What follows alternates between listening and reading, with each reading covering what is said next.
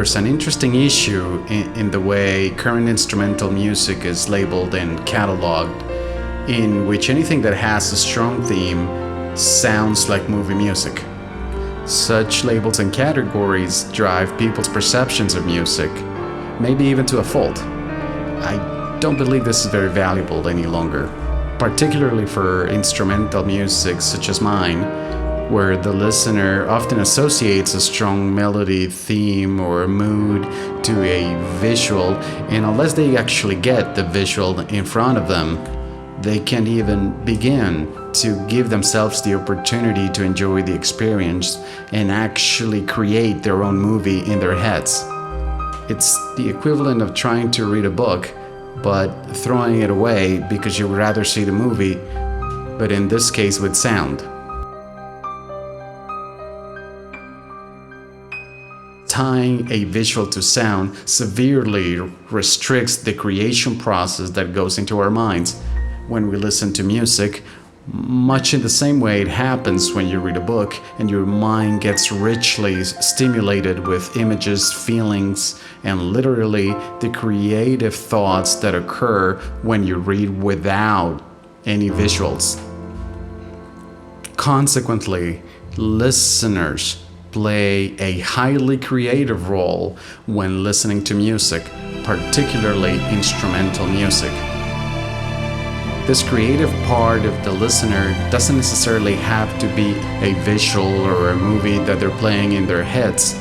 It can be a feeling, a memory, a reconstructed mental image, a sensation, a color, or an entire novel written in their heads, a poem, or simply lyrical silence. Total lyrical and visual silence, and that's okay too. Anything that happens or does not happen in our minds while we're listening to instrumental music is an act of creation. It's the genesis of information in our consciousness, which is what any life worth living is about. Music gives you this gift as a listener.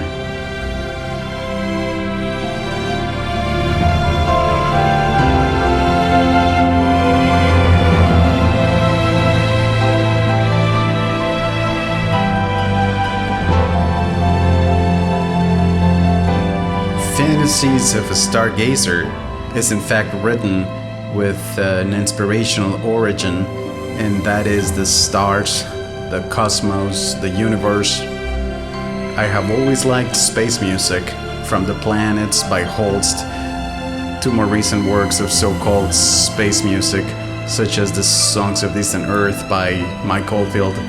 And this is my own take on that subject of inspiration, particularly a piano take on it. Neo-romantic piano, that is.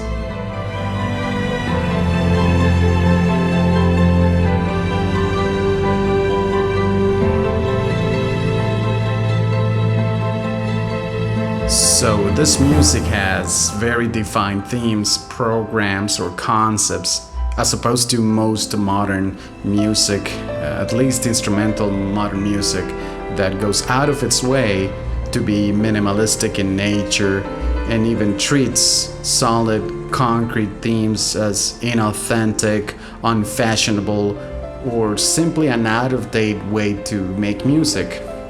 I think people miss good melodies, and they don't find them unfashionable or with any lack of authenticity at all. I certainly don't shy away from solid melodic music or themes. I embrace them, and I think I will never let them go, because I truly believe they're one of the most significant forms of musical expression, and I find them simply beautiful. Nothing better than a very clear melody that gets stuck in your head and inspires you to create anything that you want in your mind. They are very hard to put together, these melodies, even with simple harmonies. And I think melodic music outside of the movies is terribly underrated. The fact is that these So, highly and suitably called cinematic elements, which are not necessarily tied to a specific visual material, I believe are essential to all music, or at least to romantic music, which in my opinion still encompasses the vast majority of music currently being created, commercial or not. Even in pop music, we're just building upon the romantic legacy of the last 2 centuries.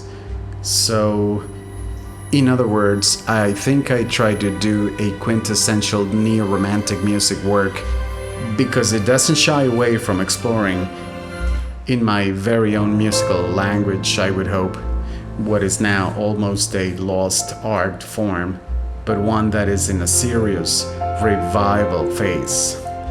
The melodic and romantic treatment of ideas into music, but adapted to our times.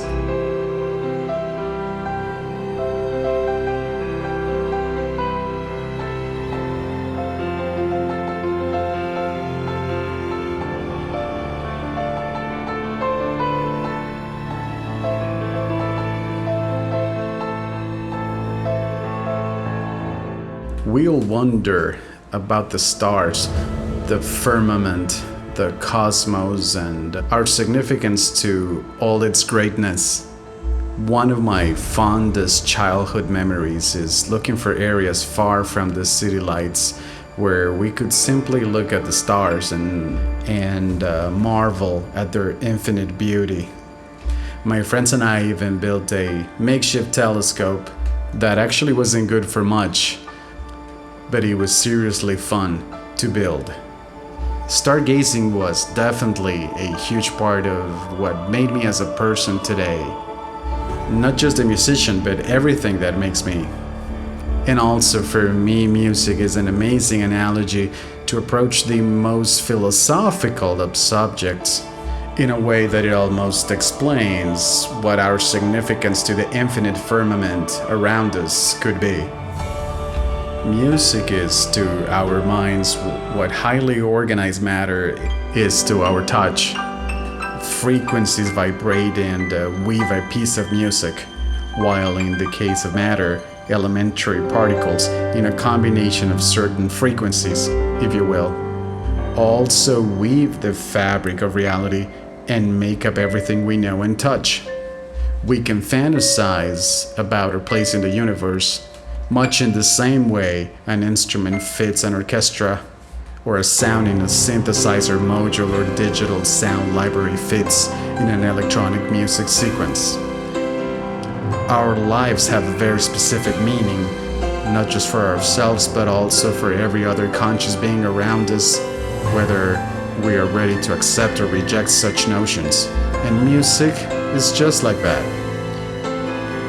Each frequency and sound texture plays a role to create beauty, or perhaps even the feelings of our very minds at a cellular or subatomic levels.